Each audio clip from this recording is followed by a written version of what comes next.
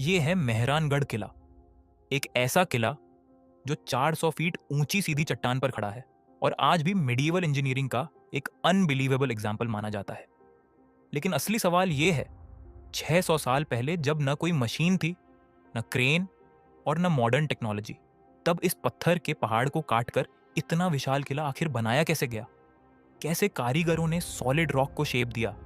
कैसे लाखों किलो पत्थर इतनी ऊंचाई तक पहुंचाए गए और कैसे बिना किसी ब्लूप्रिंट के इतना परफेक्ट स्ट्रक्चर खड़ा कर दिया गया? मेहरानगढ़ की असली कहानी इसकी लड़ाइयों की नहीं बल्कि इसकी कंस्ट्रक्शन इंजीनियरिंग की है। 15वीं सदी में जब राव जोधा ने इस पहाड़ी को चुना, तब यह एक रॉ वॉल्केनिक रॉक मैस था जिसे सबसे पहले मैन्युअली काटकर कंस्ट्रक्शन योग्य बनाना पड़ा। खंडवालिया स्टोन कटर्स ने पत्थरों पर चोट करके उनकी आवाज से समझा कि रॉक की नेचुरल फ्रैक्चर लाइंस कहाँ हैं। इस टेक्निक से उन्हें पता चलता था कि पत्थर कहाँ से तोड़ने पर कम मेहनत लगेगी और स्ट्रक्चर भी मजबूत रहेगा। इसके बाद आयरन चाइजल्स से कट्स बनाए जाते और उनमें लकड़ी के वेजेस डालकर पानी डाला जाता, जिससे लकड़ी फूलती और प्रेशर से पत्थर अपनी नेचुरल क्रैक लाइन पर टूट जाता। यह एक कंट्रोल्ड रॉक कटिंग मेथड था, लेकिन सबसे बड़ी चुनौती थी इन भारी पत्थरों को पहाड़ी के ऊपर पहुंचाना। इसके लिए चवालिया समुदाय ने ट्रेडिशनल लिफ्टिंग सिस्टम्स बनाए।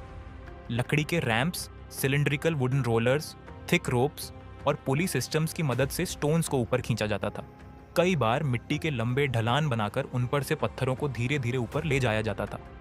यह पूरी प्रोसेस ह्यूमन कोऑर्डिनेशन और बैलेंस पर डिपेंड थी। कंस्ट्रक्शन में लाइम मोर्टर का इस्तेमाल हुआ जो चूना, रेत और ऑर्गेनिक मटेरियल से बनता था और समय के साथ और मजबूत हो जाता था। किले की दीवारों को सीधा नहीं बल्कि थोड़ा अंदर की तरफ झुकाकर बनाया गया ताकि स्ट्रक्चर का वेट खुद उसे स्टेबल रखे और बाहरी हमलों का फोर्स फैल जाए।